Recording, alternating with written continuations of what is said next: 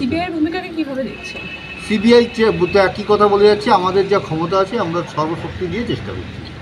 ঘটনার পর মুখ্যমন্ত্রী বাড়িতে এসেছিলেন, ওনার যেটা বক্তব্য আপনাদের সব দাবি দাবা তিনি মেনেছিলেন। আমাদের কোনো দাবি ছিল না, আমাদের দাবি একটাই যে আমরা বিচার যেন পাই। হ্যাঁ, কিন্তু পুলিশের যে কর্মকাণ্ড দেখছিলাম সেটা আমরা সন্তুষ্ট হতে পারিনি, তার জন্যই আমরা হাইকোর্টের কাছে ভালো ইউজ দিয়েছিলাম। হাইকোর্ট সিবিআইকে ভালো মনে করেছে তাই দিয়েছে। আমাদের একটা জায়গায় আস্থা আমাদের রাখতেই হবে। আপনারা মুখ্যমন্ত্রীর দেওয়া 5 দিনের সময়সীমার আগে কোর্টে গেলেন কেন? ওইটাই তো বললাম যে আমরা পুলিশের আস্থা আস্তে আস্তে হারিয়ে যাচ্ছিল। প্রথম দিকে তো যেগুলো দেখছি, প্রথম থেকে যে ঘটনাগুলো ঘটছে, সেই জন্যই আস্তে আস্তে আমরা বাধ্য হয়ে।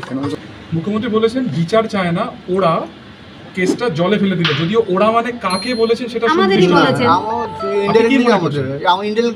বলেছেন। উনি হয়তো সিবিআইকে পছন্দ করেন তার জন্য বলেছেন, সেটা ওনার ব্যাপার, এটা ওনার বক্তব্য, আমি কিছু বলবো। তুমি তো প্রথম থেকে উনি তো বলেছিলেন যে সিবিআই কি দাও। হ্যাঁ, প্রথম থেকে উনি আবার বলে যাচ্ছিলেন, জানি না উনি কি বলতে চাইছেন আর কি করতে চাইছেন, সেটা আমরা জানি। সিবিআই কে দাও মানে এতদিন ধরে মানে সন্দীপ ঘোষ প্রতিদিনই যাচ্ছেন সিবিআই নেওয়ার পরে।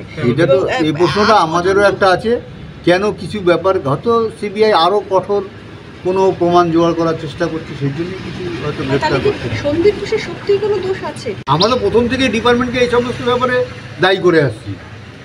ডিপার্টমেন্ট ব্যাপারটাকে চাপা দেওয়ার চেষ্টা করছে প্রথম থেকেই তো আমাদের সুইসাইড বলেছে, হয়তো সুইসাইড হয়েও যেত যদি স্টুডেন্টরা আজকে ঝাঁপিয়ে না পড়তো। দেখেছিলাম ওখানে একটা লাল গেঞ্জি ছেলে ঘোরাঘুরি করছিল, কিন্তু আমার কাছে তো তখন ফোন ছিল না, আমি কোনো কিছু ক্লু রাখতে ছবি রাখতে পারেনি।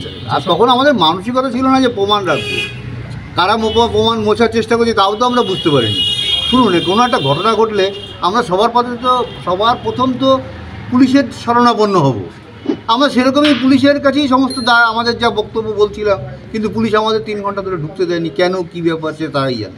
সিসিটিভি লাগাচ্ছেন বাড়িতে, কোনো রকম থ্রেট পারসেপশন? না, এটা লাগাচ্ছি জাস্ট আমাদের নিজেদের বাড়িটা তো আমাদের। এর পরবর্তীকালে আমি যদি বাড়ি থেকে বেরিয়ে যাই তাহলে তো আমি ওনাকে রেখে তো আমি মানে মেয়ের মাকে রেখে তো আমি কোথাও যেতে পারবো। বাড়িটা কার? হ্যাঁ, আমি নিজেই বাড়িটা কার উপর রেখে যাবো? এখনও বলছি, যে যা আন্দোলন করছে নিরপেক্ষভাবে আমরা সবার সঙ্গে আছি। এত কষ্ট করে কত বাচ্চা মেয়েরা ছেলেরা রাস্তায় বৃষ্টিতে ভিজে মিছিল করছে, প্রতিবাদ জানাচ্ছে, মানে আমার মেয়ের পক্ষে কথা বলছি, তাদের তো সহানুভূতি জানাতেই হবে।